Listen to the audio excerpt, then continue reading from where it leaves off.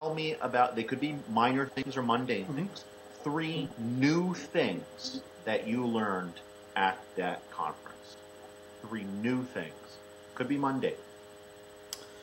I learned that people know me in interesting ways a lot better than I know myself through my presence in social networks.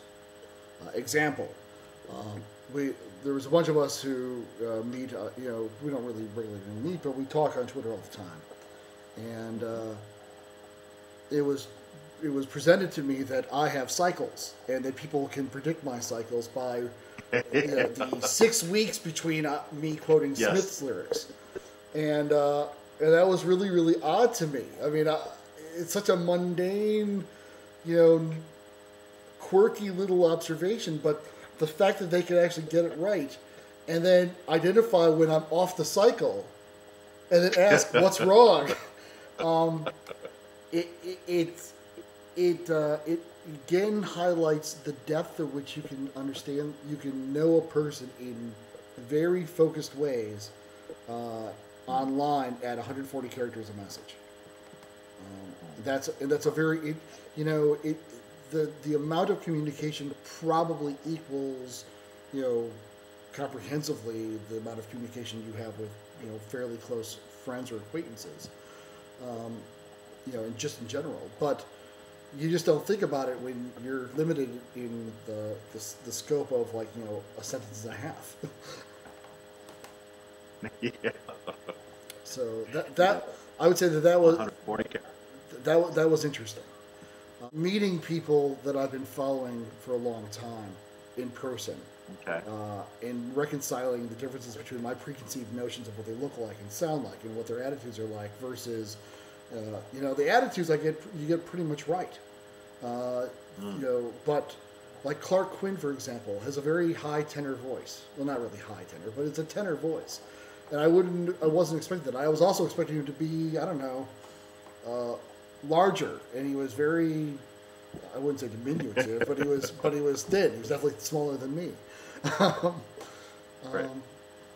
Corrine Ulbricht. A lot of people are smaller than you and I, though. I know. Well, that much is true. But so that reconciling what people actually look like, and then in some cases, like Stephen Martin, it was a good example. His avatar didn't even have a picture of him as his avatar. So I had no idea what he looked like at all. I thought he looked like the Pillsbury Doughboy. So one thing that really struck out at me and really hammered home was, if I had to pick one thing that was more substantive, I guess it would be looking at what the DAU does and the scope at which they are doing it. For the amount of people that they serve, all the ways in which they are pushing information out to the public, out to the far reaches, the end worker in their domain, and how effectively they're doing it, how they are really fostering a culture of innovation. That's something that I want to model. That's something that I want to steal from them. They're who would have known acquisitions could be such an exciting place to teach? It doesn't sound like that exciting of a subject, but I mean, just the breadth. I mean, they're using virtual worlds. They're using them. It's not like they're trying to think about building them. They've already got it. They're on wave one. They're already planning on what to do next. And they're not dealing with weird amounts of money for resources that we don't have, that nobody else has. I mean, they just do it, and they do it faster. They do it better. They do it richer. It's amazing to me to see from a learning nerd perspective just how not even big, just how well they're doing.